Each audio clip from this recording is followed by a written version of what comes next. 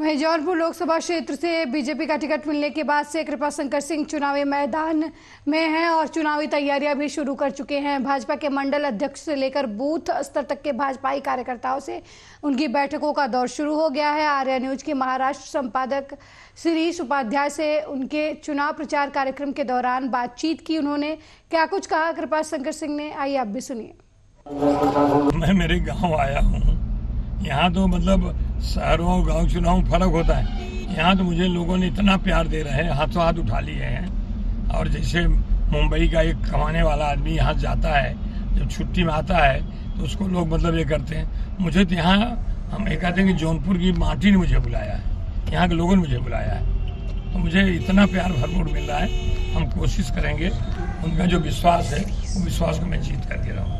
यहाँ के लोकसभा चुनाव की तैयारियों के दौरान आप लोगों को जो सपोर्ट की आवश्यकता पड़ती है, क्योंकि यहाँ पे जातिगत गणित बहुत बड़ा मायने रखता है, तो उस पर कैसे आप लोग वर्कआउट कर रहे हैं? अभी तक मुझे ऐसा दिखाई नहीं पड़ा है, लेकिन भारतीय जनता पार्टी का एक सिस्टम है, भारतीय जनता पार्टी की एक योजना है। भारतीय जनता पार्टी ने अपने वो चुनाव लड़ने की प्रक्रिया, उनकी मसूदी तय है। और इस खबर पर ज्यादा जानकारी के साथ हमारे कार्यकारी संपादक शिरीष हमारे साथ फोन लाइन पर जुड़ गए हैं। शिरीष, जौनपुर में बीजेपी प्रत्याशी की तरफ से लगातार प्रचार प्रसार किया जा रहा है। कृपाशंकर सिंह महाराष्ट्र में रहते हैं, लेकिन उन्हें जौनपुर से टिकट बीजेपी की तरफ से दिया गया है। क्या कुछ माहौल है कृपाशंकर सिंह को लेकर जौनपुर में?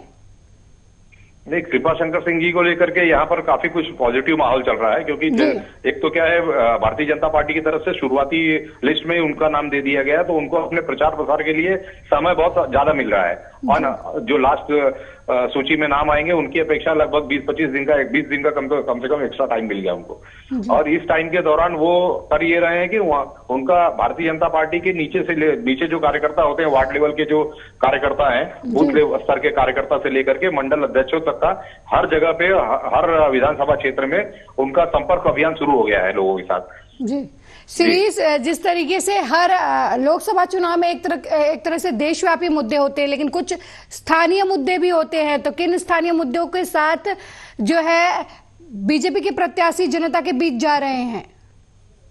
भारतीय जनता पार्टी के कृपाशंकर जी से जब हमारी बात हुई तो उन्होंने बताया कि अभी तक पूर्वांचल की तरफ जो जौनपुर का एरिया है, इन सब इलाकों में किसी भी प्रकार की फैक्ट्री, इंडस्ट्री, इन सब की कमी होने के कारण ही यहाँ के लोगों का पलायन हुआ है और मुंबई और कलकत्ता में जाकर के लोगों ने नौकरी धंधा स्टार्ट किया हुआ है। तो उनके सामने प्रायोरिटी है, उनका ऐसा बोलना है कि अगर वो चुनाव जीत जाते हैं तो वो जब काम करने के बारे में सोचेंगे तो उनकी प्रायोरिटी ये होगी कि वो जौनपुर इलाके में बड़ी इंडस्ट्रीज या बड़ी फैक्ट्रीज को लाने की कोशिश करें, जिससे स्थानीय लोगों को यहाँ पर यहीं जॉब मिल सके और उनको रोजी रोटी के खोज में अपना घर, अपना राज्य छोड़ करके दूसरे राज्यों में नहीं जाना पड़े। शिरीष, आगामी लोकसभा चुनाव जो तारीखों का ऐलान हो चुका है, ऐसे में कितना इन्हें टक्कर मिलती नजर आ रही है दूसरे पार्टियों से? किस तरीके की चुनौती इस इलेक्शन में कृपाशंकर सिंह के पास है? अभी कृपाशंकर सिंह जी के सामने जो मेन प्रतिद्वंदी होगा वो समाजवादी पार्टी का होगा जी। और समाजवादी पार्टी की तरफ से अभी तक किसी भी प्रत्याशी की घोषणा नहीं की गई है जी। जब किसी समाजवादी पार्टी के किसी प्रत्याशी की घोषणा हो जाएगी, उस समय सामने कौन प्रत्याशी है, क्या है, उसके ऊपर डिपेंड करेगा कि इनको चुनावी मैदान के अंदर कितनी बड़ी टक्कर मिल सकेगी। अभी फिलहाल इनके मेन विरोधी जो है समाजवादी पार्टी, उसकी तरफ से किसी भी प्रत्याशी का ऐलान नहीं हुआ है। शिरीष, जिस तरीके से कृपाशंकर सिंह है, ये महाराष्ट्र में रहते हैं, हालांकि इनकी जो जन्मस्थली है या फिर कहें इनका गांव जो है वो जौनपुर से जुड़ा हुआ है, लेकिन ऐसे में एक बाहर रहने वाले व्यक्ति को स्थानीय मुद्दों के बारे में कितनी समझ होगी, इस बात की भी चर्चाएं बहुत हो रही हैं दूसरे पार्टी के खेमे में।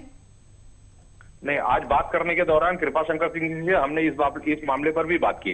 इस पर उनका साफ बोलना था कि वो भले महाराष्ट्र चले गए थे, लेकिन वो लगातार अपने गांव में लोगों से जुड़े हुए हैं, पॉलिटिकली, सामाजिक तौर पर, और जो भी यहाँ पर कार्यक्रम होते हैं, हर कार्यक्रमों में काफी समय से, जब वो महाराष्ट्र में मंत्री थे उस समय भी यहाँ पर एक्टिव थे और लोगों से मेलजोल और जान पहचान उनकी लगातार बनी हुई है। वो यहाँ से कटे हुए नहीं है और इसी जौनपुर जिले में उनका अपना पैतृक गांव भी है। तो इसलिए जो स्थानीय मुद्दा है या बाहरी मुद्दा है, ये मुद्दा यहाँ पर वर्कआउट नहीं कर पा रहा कृपाशंकर के मामले में। बहुत बहुत धन्यवाद शिरीष इस खबर पर जानकारी देने के लिए। तो जौनपुर से बीजेपी ने कृपाशंकर सिंह को टिकट दिया है और अब वो चुनाव प्रचार भी शुरू कर चुके हैं। लोगों के बीच जाकर बीजेपी के मुद्दे बता रहे हैं और वोट की अपील कर रहे हैं। साथ ही उन्हें बीजेपी कार्यकर्ताओं का भी खूब सहयोग मिल रहा है।